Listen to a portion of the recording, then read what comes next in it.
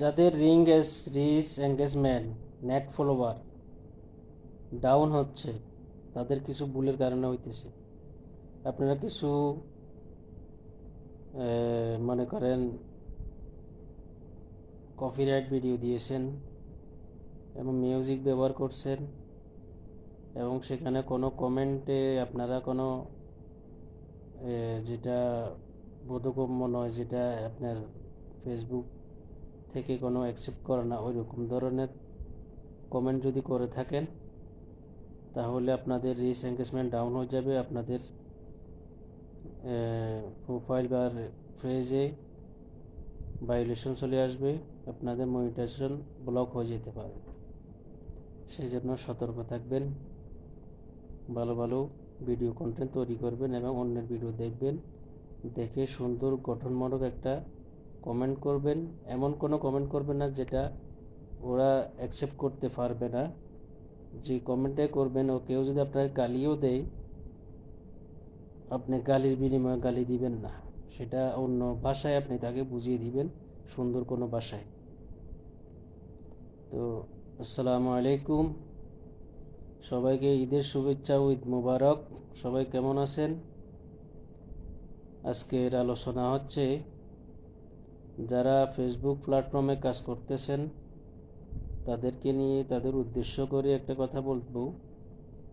আপনারা যারা video content তৈরি করেন, কিছু কিছু মিথ্যা কথা আপনারা ছড়িয়ে দিতেছেন। এই জন্য আপনাদের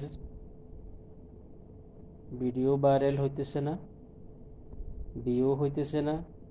মনে করেন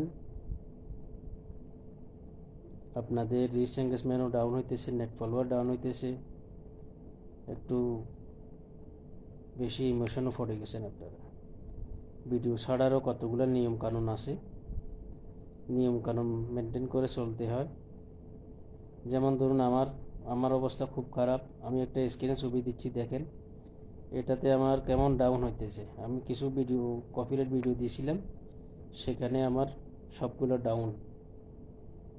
এখন রিচ এঙ্গেজমেন্ট, তারপর ওয়াচ টাইম, সবটা ডাউন হইতেছে। অবশ্য আমি সেগুলো ডিলিট করে দিয়েছি এখন, তো জানি না কবে সেটা ঠিক হবে। তো অবশ্যই আপনারা যারা এই সমস্যা পড়ে আছেন, তারা এই সমস্যার সমাধান করবেন। দ্বিতীয়ত, একটা লাইভ করবেন, 2-3 দিন পর পর একটা লং ভিডিও ছাড়বেন। ছাড়ার পরে ইনশাল্লাহ অবশ্যই ঠিক হয়ে যাবে। আর অবশ্যই আপনারা কোনো ভায়োলেশন আসছে কি না সেটা অবশ্যই দেখবেন। আপনাদের পেজে বা প্রোফাইলে, আপনাদের ড্যাশবোর্ডে গিয়ে সেটা দেখে আসবেন।